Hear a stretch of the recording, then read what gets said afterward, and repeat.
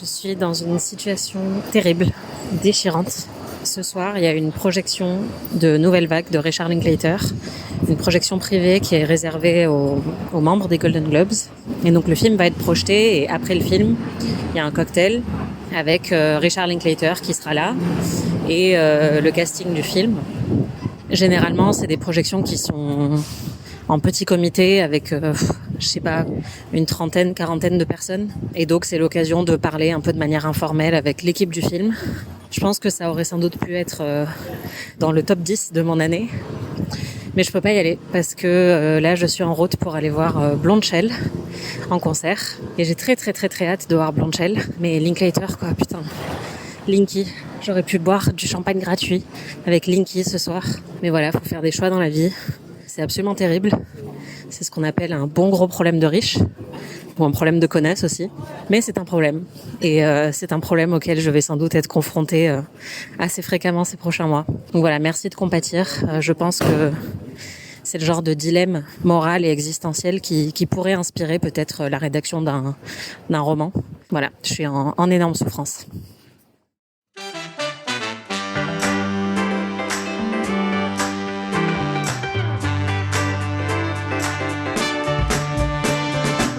Anaïs se fait des films. Se fait quoi ? Anaïs se fait des films. Qui se fait des films ? Anaïs se fait des films. Bonjour tout le monde et bienvenue dans Anaïs se fait des films, le podcast où je vous raconte ma vie de journaliste, critique ciné, Miss Catastrophe, podcasteuse et picassiette professionnelle. Vous sentez ça ? Mais si, le fond de l'air commence à se rafraîchir, la nuit arrive plus tôt. L'autre soir, j'ai mis des collants pour la première fois depuis 6 mois et en rentrant chez moi, j'ai été prise par l'envie irrésistible de lancer un vieil épisode de Gilmore Girls. Ouais, je crois qu'il n'y a pas de doute, ma saison préférée est en train de démarrer. Non, pas l'automne, même si c'est vrai que c'est cool aussi l'automne, Halloween, les films d'horreur, les cakes à la citrouille, tout ça. Mais non, actuellement, c'est surtout le lancement de la Award Season, la saison des cérémonies de remise de prix en bon français. Une période rythmée par les grosses sorties en salle, les petits fours et les campagnes marketing plus ou moins subtiles. Pendant plusieurs mois, l'industrie du cinéma va décider qui nominer pour tout un tas de cérémonies de remise de prix qui vont s'enchaîner entre janvier et mi-mars, jusqu'au point culminant de la période, la soirée des Oscars. Et la première de ces cérémonies dans le calendrier, c'est les Golden Globes. Or, il se trouve que depuis 3 ans, je vote pour les Golden Globes. Et aujourd'hui, je vais vous raconter en quoi ça consiste.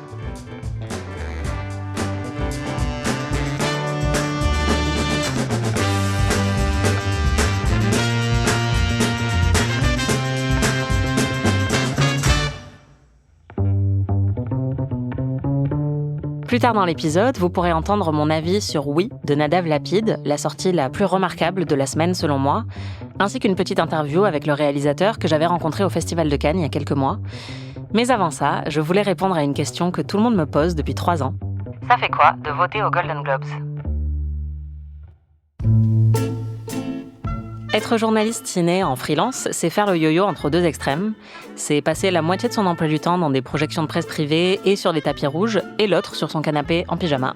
C'est régulièrement boire du champagne gratuit avec des stars, mais devoir se déclarer à Pôle emploi tous les mois. Et oui, je suis assistée de 2 manières différentes.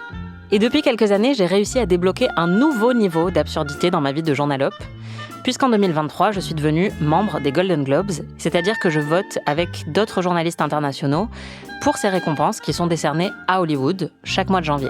Et je vous avoue que j'ai encore du mal à réaliser. Alors d'abord, les Golden Globes, c'est quoi ? Ça veut dire globe doré en anglais, mais c'est surtout la première grande cérémonie de remise de prix dans le calendrier, qui peut servir d'indicateur pour le reste de la saison puisqu'elle se tient en janvier. Elle est ensuite suivie des BAFTA, des SAG et de tout un tas d'autres soirées à acronymes, jusqu'aux Oscars qui arrivent mi-mars et qui sont évidemment l'événement le plus attendu. Pour le petit point historique, la cérémonie des Golden Globes existe depuis 1944. Mais ce qu'il faut savoir, c'est qu'elle a connu de grosses transformations ces dernières années. Contrairement aux Oscars, aux Césars ou la plupart des autres prix prestigieux, les Golden Globes ne sont pas décernés par des membres de l'industrie, c'est-à-dire des monteurs, réalisateurs, producteurs, etc., mais par un petit groupe de journalistes internationaux. Et c'est une des raisons pour lesquelles la cérémonie n'est pas du tout prise au sérieux, notamment par certains journalistes américains.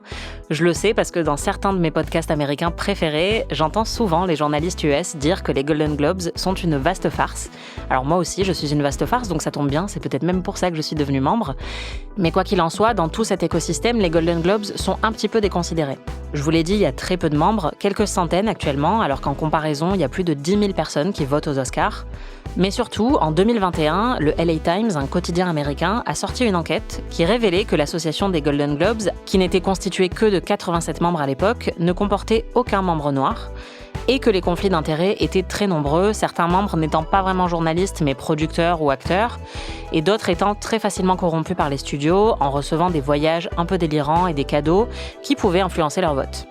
Il se trouve que depuis 2016, avec la controverse Oscars So White, toutes les organisations de cérémonies de remise de prix ont été forcées de se remettre en question. Les Oscars se sont d'ailleurs mis à recruter un groupe beaucoup plus large et beaucoup plus diversifié de votants. Et depuis l'enquête du LA Times, les Golden Globes ont décidé de faire pareil. Pour gagner en crédibilité, l'organisation a décidé de raffermir ses règles déontologiques, c'est devenu beaucoup plus strict. Mais elle a aussi décidé de trouver de nouveaux membres, y compris votre humble serviteuse. Comment ils ont fait ? Ils ont frappé à la porte de plein d'associations de critiques internationales, dont une à laquelle j'appartiens. Et une fois que j'ai été recommandée, les Golden Globes m'ont envoyé un formulaire de candidature, je l'ai rempli, et paf, ça a fait une Golden Globeuse. Alors, la lourde tâche de Golden Globeuse, ça consiste en quoi exactement ? Eh bien, ça veut dire que pendant chaque campagne, tous les ans, je suis sollicitée pour regarder une avalanche de films et de séries qui sont éligibles aux récompenses. Oui, parce que comme je suis à la fois journaliste série et ciné, je vote dans les deux catégories. Ces derniers jours, j'ai vraiment senti que le démarrage de la saison était imminent, parce que ma boîte mail a commencé à se remplir de mails d'attachés de presse avec des liens de séries et de films. Et tous les ans, à la même période, quand je commence à parler des Golden Globes, on me pose les mêmes questions. Et donc, comme pour le tout premier épisode de ce podcast, j'ai décidé de faire venir Aurélie Rodriguez, la productrice de Anaïs se fait des films, qui va se faire la voix du peuple et poser ses questions sur les Golden Globes, mais aussi toutes les questions que vous m'avez posées. And the Golden Globe Good evening and welcome to the 82nd Golden Globes, Ozempic's biggest night. Salut Aurélie. Salut Anaïs. Alors, ma toute première question, c'est comment ça se passe ? Comment tu vois les films ? Est-ce que c'est des projections ? Est-ce que tu reçois des liens ? C'est les deux. En gros, il y a une plateforme qui a été mise en place depuis quelques années et qui centralise tous les films et toutes les séries qui sont éligibles. D'ailleurs, je ne l'ai pas précisé, mais c'est les studios qui soumettent les films et séries pour être éligibles. Et donc, on en reçoit des centaines qui sont tous mis en ligne sur la même plateforme, avec une catégorie télé, une catégorie cinéma. Et à l'intérieur, il y a des sous-catégories, donc meilleure performance féminine, meilleure performance masculine. Comme ça, on sait exactement ce que les studios visent avec telle ou telle œuvre. Évidemment, une même œuvre va se retrouver dans plein de catégories, meilleur drame, meilleure performance, etc., etc. Il y a du stand-up, il y a des podcasts aussi depuis cette année, donc il y a beaucoup de choses à emmagasiner. Et donc ça, c'est obligatoire pour toute œuvre qui voudrait postuler pour les Golden Globes. Il faut qu'ils nous donnent accès via la plateforme. Mais en plus de ça, il y a aussi des projections qui sont organisées. Et là, pour le coup, c'est payant. Donc, les projections vont être organisées généralement par les films et les studios qui ont le plus de budget. Et ça va être pour les plus gros projets de l'année. Et souvent, ceux qui se retrouvent nominés à la fin, il n'y a pas de mystère. Même si on va essayer d'être exhaustif et de tout voir, le petit film iranien qui postule et qui est juste disponible sur la plateforme a moins de chances d'être vu par les membres que le film qui va aussi organiser une projection avec des petits fours et souvent la venue de un ou plusieurs membres de l'équipe. Donc ça peut être le ou la cinéaste, ça peut être l'acteur principal, le producteur, le chef-op, etc. qui viennent parler du film. Donc forcément, c'est un petit plus par rapport au fait de juste recevoir le lien du film, quoi. Et tu dirais justement que toi, que ça change quelque chose ? Est-ce que tu as une projection en particulier qui t'a marqué ? Alors, j'ai jamais été vraiment influencée dans mes goûts. Par contre, tu es forcément influencé par ce que tu vas voir et ce que tu vas rater. C'est-à-dire que, selon moi, c'est impossible de tout voir. Même si là, je démarre maintenant mes visionnages et j'en ai jusqu'à fin décembre, je pourrais sans doute pas tout regarder. Donc, s'il y a une projection qui est organisée et que à la dite projection, il y a un acteur ou un cinéaste, forcément, je vais faire l'effort de me déplacer. Alors que, voilà, il y a plein de films qui vont peut-être tomber un peu dans les abysses. Ouais, voilà, dans les abysses de la plateforme des Golden Globes et que je vais peut-être pas réussir à voir. Après, des projections qui m'ont particulièrement marquée, honnêtement... Ou une star en particulier, ou un chef-op, comme tu disais. Disons que ce qui m'a marqué, c'est l'accès très facile qu'on va avoir à des stars qui paraissent pas du tout accessibles. C'est-à-dire que l'année dernière, j'ai vu en projection La leçon de piano, qui était un film de Malcolm Washington, qui est le fils de Denzel Washington. Et en fait, pour la projo, toute la famille Washington était là. Donc il y avait le réalisateur Malcolm, mais il y avait aussi John David, qui joue dans le film, et il y avait Denzel. Donc j'ai pu croiser Denzel en fait en petit comité dans une pièce où on était à peu près 40 personnes. J'en revenais vraiment pas. Bon, il était à Paris en fait pour la promotion de Gladiator 2, mais donc il s'était déplacé et j'hallucinais complètement d'être à 2 mètres de Denzel Washington. Il y a aussi Adrien Brody qui est venu pour parler de The Brutalist pour une projection spéciale. Je trouve ça vraiment chouette de pouvoir échanger de manière un peu informelle justement avec les gens qui ont travaillé sur le film. En tant que simple, entre guillemets, journaliste, parler à Adrien Brody, ça va être compliqué. Il n'a pas forcément du temps pour Anaïs Bordage. Par contre, en tant que membre des Golden Globes, je me retrouve invitée à une projection dans une toute petite salle où il va être et où, en fait, après la diffusion du film, il a papoté avec tout le monde pendant 20 minutes de manière très détendue. Tout le monde pouvait lui poser les questions qu'il avait envie. Donc ça, c'est vrai que c'était complètement fou. Après, ça change pas fondamentalement mon opinion sur les films eux-mêmes. Donc, t'as fait plein de festivals, t'as été invité à des soirées. Est-ce que tu dirais que le statut d'être membre des Golden Globes, est-ce que tu dirais que c'est différent de comment on te voit dans des soirées, des choses comme ça ? Je dirais que la plus grosse différence de perception, c'est entre le fait d'être membre des Golden Globes et le fait d'être journaliste. Quand je vais rencontrer quelqu'un pour une interview, la personne sait qu'elle a en face d'elle une journaliste qui est là pour lui poser des questions. Ça peut intimider énormément de cinéastes. Même quand nous, on est très intimidés de les rencontrer, eux, en fait, ils sont stressés parce qu'on va publier ce qu'ils nous disent. Alors qu'à une projection Golden Globes, même si je pourrais publier ce qu'ils me racontent, mais honnêtement, c'est pas vraiment ça le deal. On est plus dans une conversation informelle qui a pour but de faciliter ma prise de décision sur les votes des Golden Globes. Et du coup, souvent, je me retrouve à parler avec des cinéastes ou des acteurs qui savent pas que je suis journaliste. Parce qu'en fait, il faut préciser aussi que dans les événements où je me rends, souvent, il y a les membres des Golden Globes qui sont donc des membres de la presse, mais il y a aussi des gens qui votent pour d'autres cérémonies, notamment les Oscars. Donc en fait, eux, ils se retrouvent beaucoup plus détendus. Et ça m'est arrivé de parler, par exemple, à Steve McQueen pour la projection de son film. Moi, je suis méga fan de son travail. En fait, ils vont vraiment faire l'effort de rencontrer tous les gens dans la pièce. Donc, ils viennent serrer des mains, dire bonjour, comment ça va, tout ça. Et au bout de 5 minutes de conversation, il m'a demandé si j'étais cinéaste. Et je lui ai dit, ah non, je suis journaliste, moi. Et en fait, j'ai senti que son attitude changeait parce qu'il s'était peut-être pas préparé à ça et que ça lui a fait un petit peu peur. Donc, je dirais que c'est ça le plus gros atout, c'est de parler à des gens qui vont se retrouver dans un cadre beaucoup plus informel. Donc ça change le rapport, même si évidemment l'idée n'est pas de les piéger en cachant le fait que je suis journaliste, mais ça permet d'avoir des conversations qui sont très différentes d'une conversation qu'on va avoir en interview. On va rigoler, papoter, et c'est un peu la zone grise aussi de ce genre de campagne. D'ailleurs, on en reparlera sans doute, mais s'il y a un truc à retenir sur les Oscars et les cérémonies de remise de prix de manière générale, c'est qu'elles ne récompensent pas le meilleur film, mais le film qui a fait meilleure campagne. Et en fait, souvent, les gens qui sont récompensés, que ce soit les cinéastes ou les acteurs, actrices, c'est les plus sympas. Parce qu'ils font des soirées pendant des mois et des mois, ils font campagne, exactement comme des hommes et des femmes politiques, et donc ils vont serrer des mains, et s'ils paraissent plus sympas, moi, encore une fois, je te dis, je pense vraiment pas que ça ait impacté mon opinion sur un film. Si je trouve le film pourri, j'ai beau avoir adoré ma conversation avec X ou Y, ça va pas changer mon vote. Mais globalement, ça peut changer quelque chose. Enfin, en fait, il y a déjà eu, souvent, ils publient tous les ans des témoignages anonymes de votants aux Oscars. Et il y en a certains qui ont déjà dit, en fait, telle personne, je l'ai croisé à plein de soirées pendant toute la campagne, il est super sympa, donc j'ai envie de voter pour son film. Donc c'est quelque chose qui peut arriver, quoi.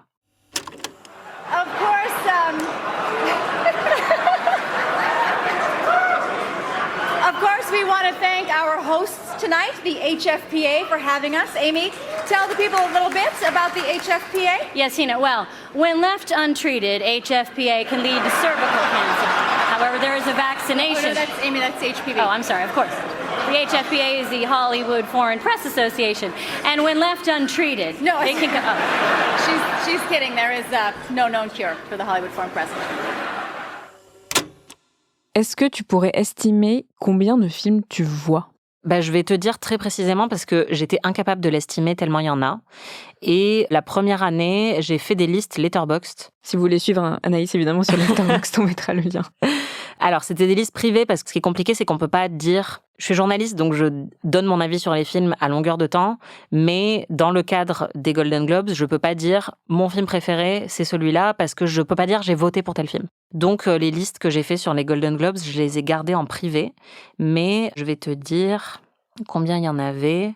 150 environ films, et j'ai pas tout rentré. Waouh. Ouais. Attends, en 4 mois? Ouais, sachant qu'il y a aussi les séries, le stand-up, ça fait beaucoup. S'il y a quelqu'un qui veut me foutre la honte et me dire « Alors moi, je suis membre votant et j'ai tout vu », bah franchement, respect. Mais moi, je pense vraiment que dans mes 3 années, pour l'instant, j'ai pas été capable de tout voir. Et ça reste encore agréable de découvrir des nouveaux films, enfin, dans ce contexte-là? Parce que j'imagine que la salle de cinéma, c'est encore différent, mais sur ton canapé, c'est encore un peu cool ou pas? Ouais, bah en fait, faut jouer le jeu. C'est-à-dire que moi, je suis suffisamment chanceuse pour avoir un projecteur, une barre de son ou un casque.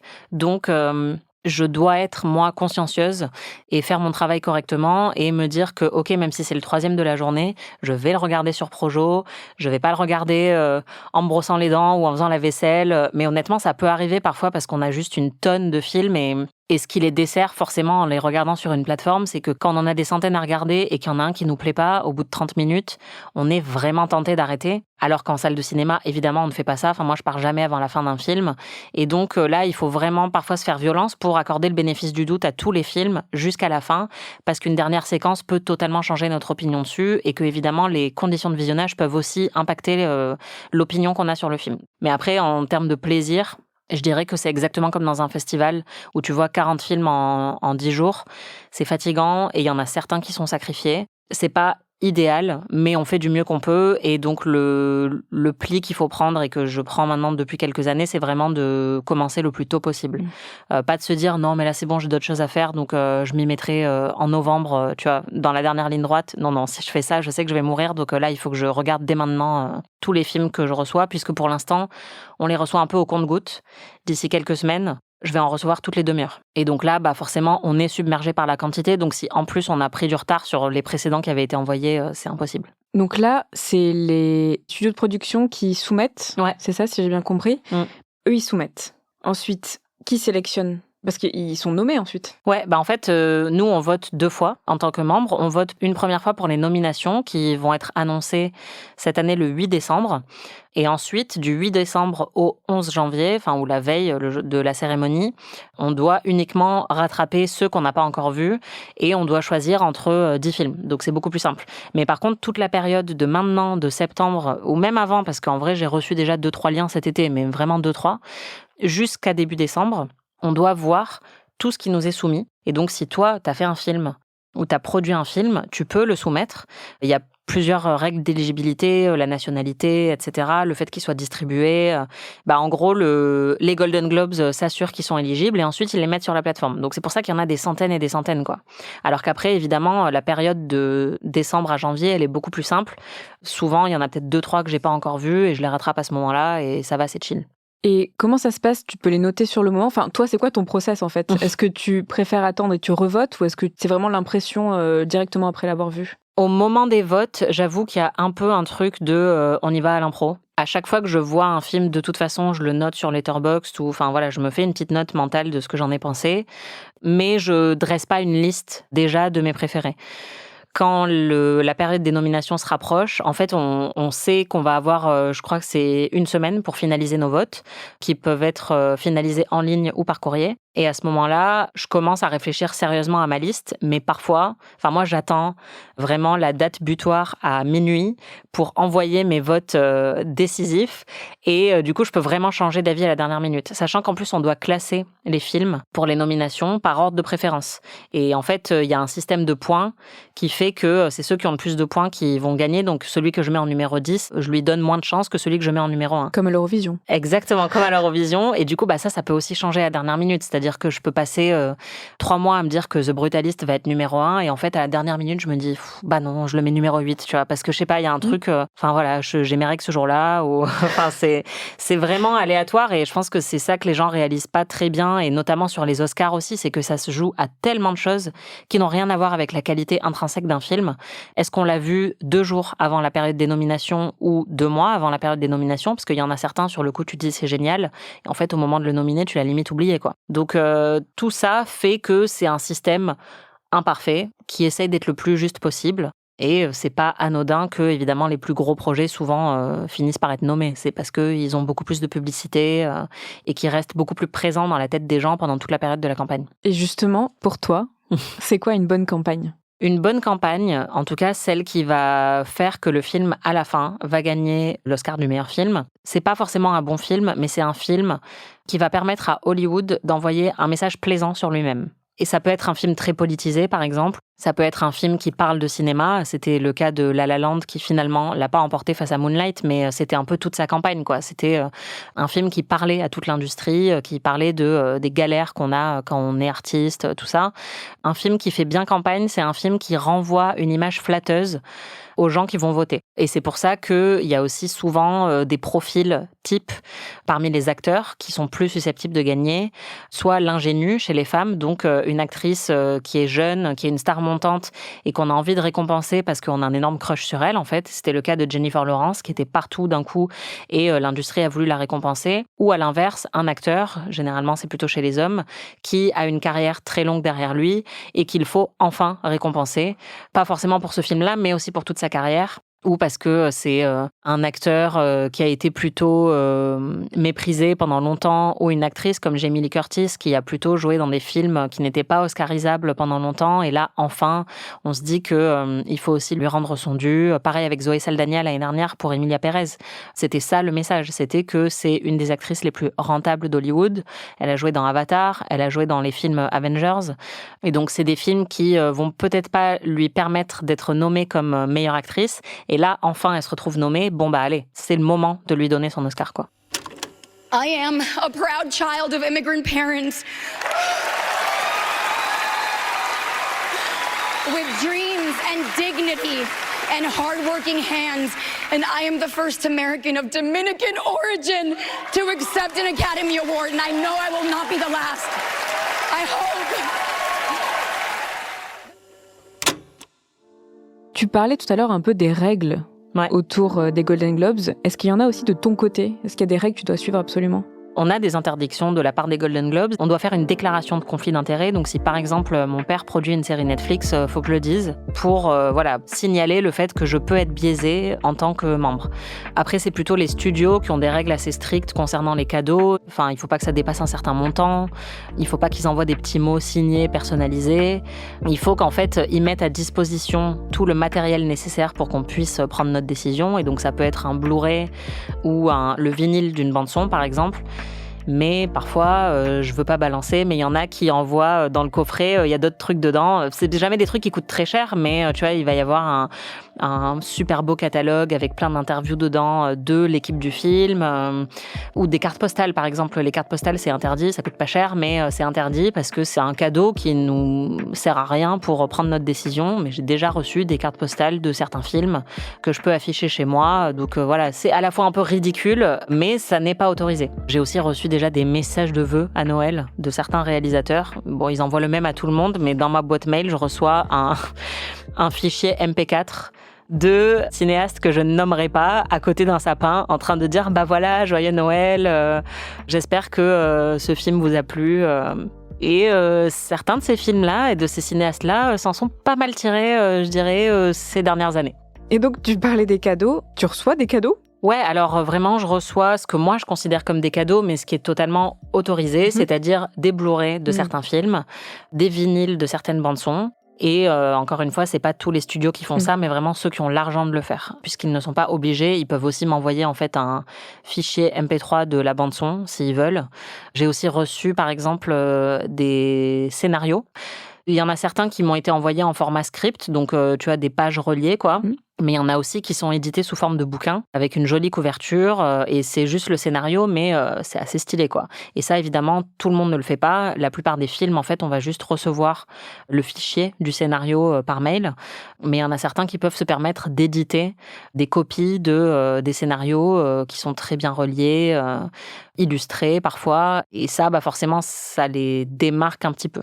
Mais j'ai jamais été invitée dans un voyage à New York pour passer 5 jours avec Julia Roberts. Non, enfin, je reçois rien de délirant, mais c'est juste que ça reste délirant, ce qui est autorisé par les campagnes, et notamment juste le fait de boire du champagne après une projection Golden Globes, c'est assez cool, quoi. J'ai une autre question, cette fois-ci posée par Astrid à la rédac. Elle a l'impression que les Golden Globes donnent la tendance pour les Oscars. Est-ce que c'est vrai ? Oui, ils donnent la tendance. Après, ils vont pas totalement déterminer ce qui va se passer aux Oscars parce que la campagne continue après les Golden Globes pendant 2 mois et donc il peut se passer plein de choses. Si un film gagne plein de prix aux Golden Globes mais ne gagne rien après au BAFTA, SAG, etc., ça veut dire qu'il a peu de chance aux Oscars. Mais comme je viens de le dire, tous les membres votants sont chargés de regarder le plus de films possible. Et plus ils entendent parler d'un film, plus ils vont se dire « Bon, allez, celui-là, quand même, je le mate, ça peut être intéressant de le nommer ». Un exemple récent, c'est Anatomie d'une chute, qui a eu la Palme d'Or. Maintenant qu'il y a beaucoup plus de votants internationaux aux Oscars ou aux Golden Globes, il y a plus de films internationaux et de films de Cannes qui vont se retrouver dans les grandes cérémonies de remise de prix. On l'a vu avec Parasite ou Anora qui ont gagné Best Picture aux Oscars. Et donc Anatomie d'une chute, qui est un film de 2h30 français de Justine Triet, qui donc n'était pas forcément dans la ligne de mire des Oscars à la base, s'est retrouvé aux Golden Globes et a gagné le Golden Globe du meilleur scénario et le Golden Globe du meilleur film en langue étrangère. Et le Golden Globe est décerné à Justine Triet, Arthur Harari.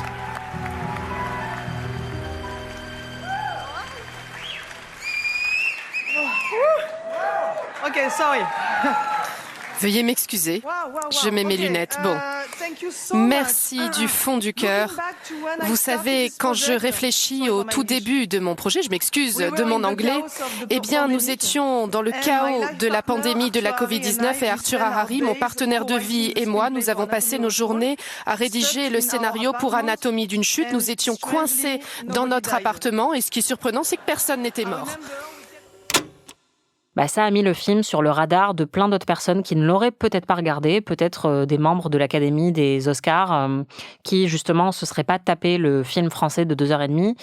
Là, ils se sont dit, OK, il a eu plusieurs prix aux Golden Globes, ça vaut le coup de le regarder. En plus, le discours peut impacter aussi énormément une campagne. J'en ai pas parlé, mais en vrai, quelqu'un qui fait des super discours, qui sont marrants, émouvants pendant toute la campagne, on a limite envie de lui donner un Oscar pour le ou la revoir monter sur scène. Et donc là, Justine Triet et Arthur Harari ont été très remarqués et ça a mis Anatomie d'une chute suffisamment sur le radar pour qu'ensuite le film se retrouve aux Oscars. Alors moi, j'aurais jamais la preuve à 100% que s'il avait rien eu aux Golden Globes, il ne serait pas allé aux Oscars. Mais je pense que ça a clairement joué. L'année dernière, Emilia Pérez a eu un énorme succès aux Golden Globes et ça l'a placée en position de frontrunner, de favori pour les Oscars. Or, la campagne ensuite a été mal gérée puisqu'il y a eu des révélations sur les tweets de Carla Sofia Gascon. Et donc, la campagne s'est effondrée dans la dernière ligne droite, on va dire. Mais les Golden Globes, là, pour le coup, avaient vraiment donné le sentiment à plein de gens que Emilia Pérez pouvait remporter l'Oscar du meilleur film cette année-là. Donc, oui, les Golden Globes vont quand même donner une indication de quels sont les films qu'il faudrait peut-être rattraper si on les a pas encore vus. Et comme ça va être des films internationaux ou des films qui ne correspondent peut-être pas aux critères habituels d'un film à Oscar, ça peut changer la donne. Je pense aussi à The Substance de Coralie Farja, encore un film français, même si il est en anglais et que voilà, il est incarné par des stars américaines. C'est un film de body horror.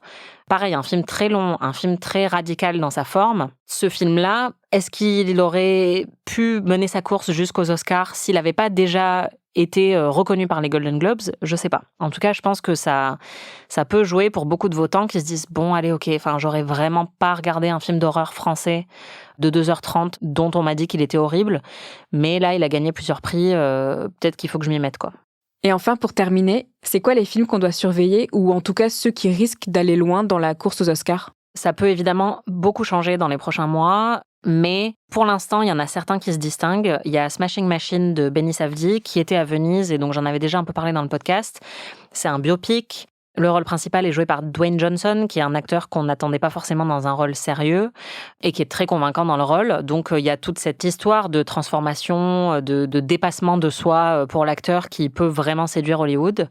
Tous ces ingrédients-là, c'est un peu l'herbe à chat des votants aux Oscars, donc je pense qu'il peut aller loin. Paul Thomas Anderson, pourquoi pas? Son film sort bientôt. C'est un cinéaste très admiré à Hollywood qui se retrouve généralement nommé aux Oscars, donc on l'attend un petit peu. Il y a Wicked Partie partie 2 qui va sortir à l'automne. Et le premier film avait reçu 10 nominations aux Oscars l'année dernière et il avait gagné celui des meilleurs costumes et décors. C'était très mérité selon moi. Et là, c'est la deuxième et dernière partie du film, donc on peut imaginer qu'il ira assez loin dans la campagne. Il faut aussi regarder les très gros succès de l'année. C'est le cas de Sinners, qui n'est pas un film de la période des Awards, puisqu'il est sorti il y a déjà plusieurs mois, mais il a beaucoup marqué le public américain. Et c'est un film qui est vraiment au croisement entre une vision d'auteur et un divertissement populaire qui récupère beaucoup de codes cinématographiques différents, notamment du cinéma d'horreur, mais il y a aussi une très bonne musique. Il y a un réalisateur, Ryan Coogler, qui est populaire à Hollywood et qui justement s'est distingué en étant à la fois sur le cinéma d'auteur et sur le cinéma très grand public. Donc celui-là, ça m'étonnerait pas qu'il se retrouve nommé aux Oscars, parce que les Oscars aiment aussi récompenser les gros succès de l'année. C'était le cas avec Barbie aussi, qui n'était pas non plus un film de award season. Il était sorti à l'été, mais inévitable pour les Oscars. Dans les films étrangers, je dirais Valeurs sentimentales, parce que ça a été le plus gros film de Cannes, même si c'est pas celui qui a gagné la Palme d'Or. À Venise, il y avait aussi Jake Kelly de Noah Baumbach avec George Clooney, et ça parle d'un acteur qui est un peu sur le tard et qui se remet en question. Donc ça, encore une fois, c'est les ingrédients typiques d'un film à Oscar. Je pense qu'il peut faire une bonne campagne. Nouvelle vague de Richard Linklater, je pense, a ses chances, même si c'est un film en français.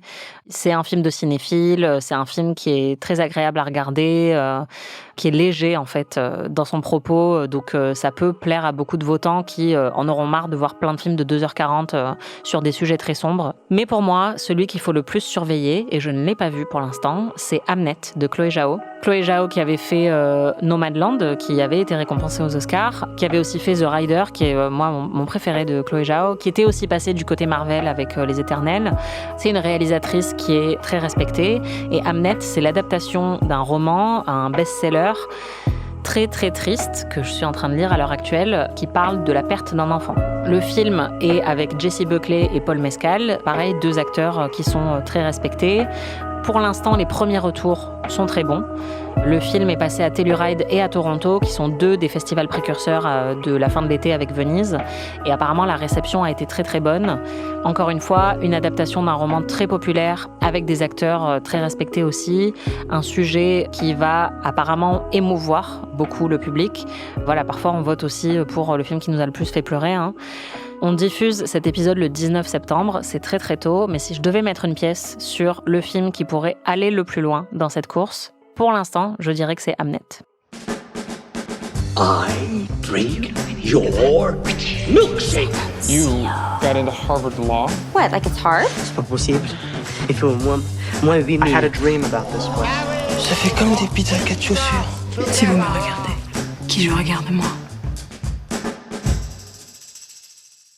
Parmi les plus grosses sorties de la semaine, il y a Oui de Nadav Lapid. את גורלי ואני גורלך.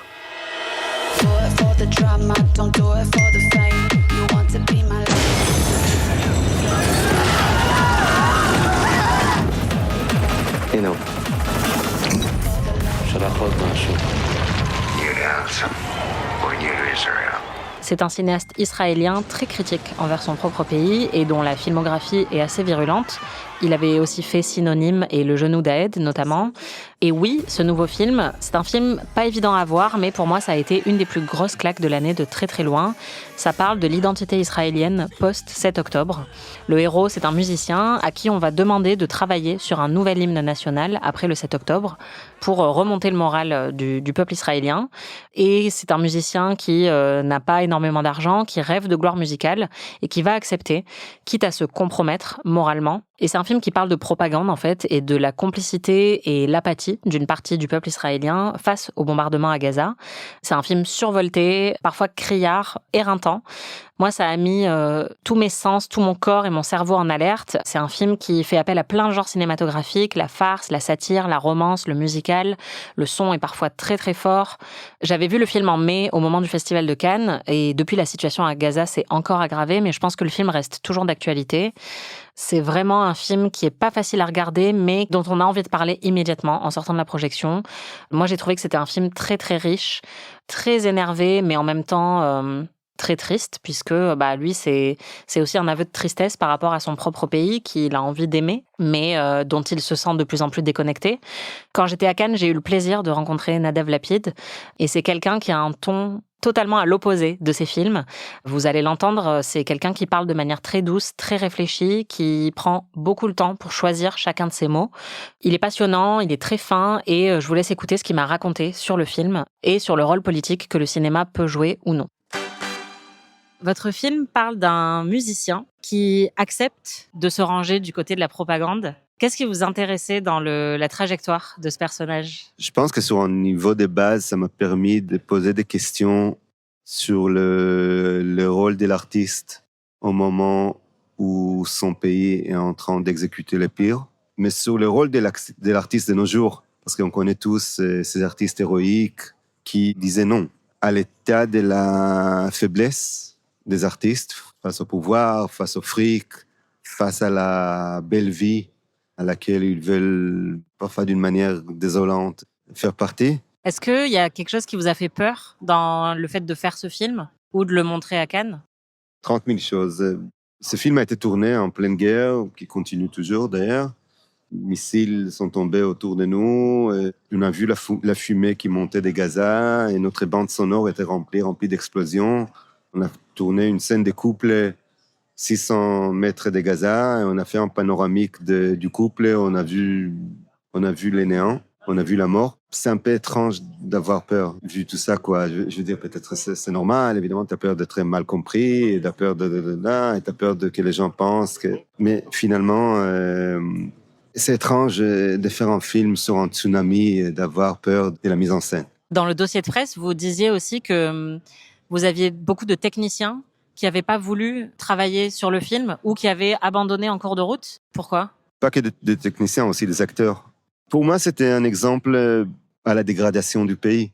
Et je pense que le pays a changé. Je pense que soit les gens avaient peur, et c'est fou que quelqu'un doit avoir peur, qu'un chef maquillage doit se dire que s'il va mettre du rouge à lèvres sur, l'actrice dans un film à moi, il va avoir des ennuis ou des problèmes.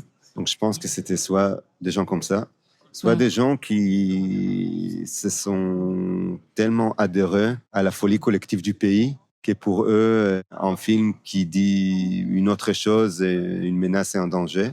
Le phénomène était vraiment fou, quoi. Des techniciens à l'infini, des phrases pompeuses, deuxième assistante réelle qui me dit que jamais elle pourrait se regarder dans le miroir s'il participe dans un film à moi. Directrice de prod qui me dit que c'est la fin des films anti-zionistes en Israël et qu'elle veut me rappeler qu'elle est officière à l'armée ou un truc comme ça. Et des acteurs qui viennent de passer un essai, qui ont tout donné pour avoir les rôles, qui sont très contents de l'avoir et que 2 semaines plus tard, on reçoit un coup de fil de leur agent qu'ils décident d'abandonner. Quand on a tourné ce film, j'avais l'impression de tourner au pays de l'ennemi, qui est aussi le mien. Est-ce que vous avez l'impression de vous résigner aussi en tant qu'artiste, de plus être capable de contester ? Je ne serais pas la personne la plus originale au monde si je dirais que la désillusion de la capacité d'un film de changer le monde t'envahit dans un moment ou un autre. Et en même temps, je pense que moi, je fais partie de ces cinéastes qui, c'est presque pathétique, mais qui, profondément dans leur cœur, ils croient encore, donc qui se déçoivent chaque fois de nouveau, quoi. Enfin, moi, je suis allé en Israël après le 7 octobre. J'ai vu un pays en deuil. Et ça m'a touché beaucoup. Il fallait pas être un génie, mais je savais que cette fois-ci, le gouffre n'aura ni des limites, ni des murs, ni un plafond, quoi. Qu'on est au bout d'une vengeance biblique. Et si je fais du cinéma, c'est parce que je pense que le cinéma est la manière, l'outil la plus puissante pour parler de ce moment-là. Je sentais que le moment est tellement énorme et odieux et sans précédent qu'il faut convoquer tous les outils du cinéma, toutes les mises en scène que je connais, tous les genres du cinéma, pour être d'une certaine manière à la hauteur du moment. Et enfin, je voulais parler rapidement du décès de Robert Redford en début de semaine. On ne présente plus Robert Redford, en plus d'être un énorme BG, c'était un des plus grands acteurs américains et l'ancien président du festival de Sundance, donc son impact sur le cinéma a été énorme. Sa filmographie contient d'innombrables bangers, ça va de Butch Cassidy à Out of Africa, en passant par Avengers Endgame. Oui, j'ai dit ce que j'ai dit.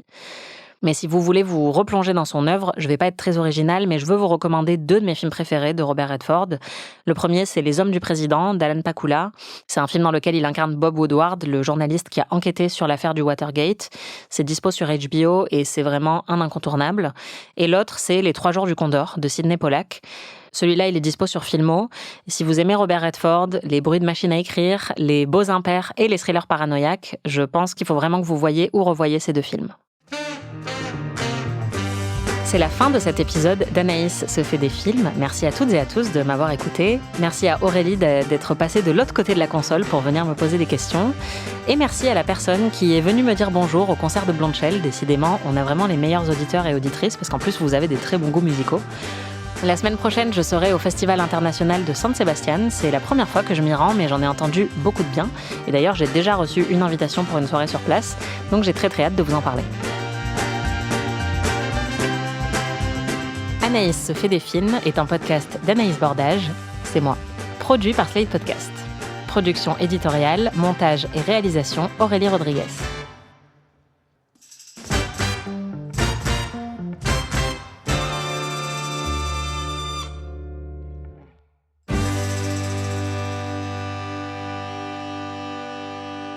La marmotte, elle met le papier... C'est quoi ? La marmotte, elle met le chocolat dans le papier d'alu, c'est ça, non ? Oui, c'est ça. C'est pas Épaf ? Épaf, ça fait des chocs à pic. Ah oui.